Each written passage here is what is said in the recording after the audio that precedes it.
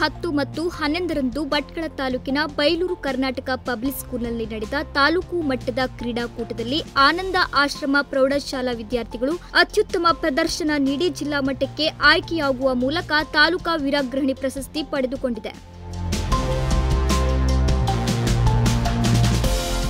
ಕ್ರೀಡಾಕೂಟದಲ್ಲಿ ಹೆಣ್ಣು ಮಕ್ಕಳ ವೈಯಕ್ತಿಕ ಸ್ಪರ್ಧೆಯಲ್ಲಿ ಶ್ರೇಯಾ ನಾಯ್ಕ್ ಗುಂಡು ಎಸೆತ ಮತ್ತು ಜಾವ್ಲಿನ್ ಎಸೆತ ಪ್ರಥಮ, ಹ್ಯಾಮರ್ ಥ್ರೋ ತೃತೀಯ, ಮೋನಿಶಾ ನಾಯ್ಕ್ ಉದ್ದ ಜಿಗಿತ ಪ್ರಥಮ, ನಿಭಾ ಬೋರ್ಕರ್ ಹ್ಯಾಮರ್ ಥ್ರೋ ಪ್ರಥಮ, ಯಶಸ್ವಿನಿ ನಾಯ್ಕ್ ಕರಾಟೆ ಪ್ರಥಮ, ಟ್ರಿಪಲ್ ಜಂಪ್ ದ್ವಿತೀಯ ಸ್ಥಾನ ಪಡೆದುಕೊಂಡಿದ್ದಾರೆ.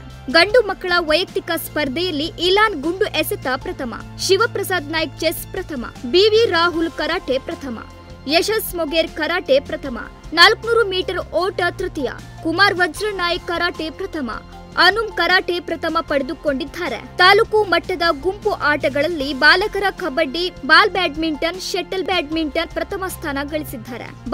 ಬಾಲಕಿಯರ ಥ್ರೋಬಾಲ್ ದ್ವಿತೀಯ, ಬಾಲಕಿಯರ ವಾಲಿಬಾಲ್ ದ್ವಿತೀಯ, ಬಾಲಕಿಯರ ಬಾಲ್ ಬ್ಯಾಡ್ಮಿಂಟನ್ ದ್ವಿತೀಯ, ಬಾಲಕಿಯರ ಶಟಲ್ ಬ್ಯಾಡ್ಮಿಂಟನ್ ದ್ವಿತೀಯ.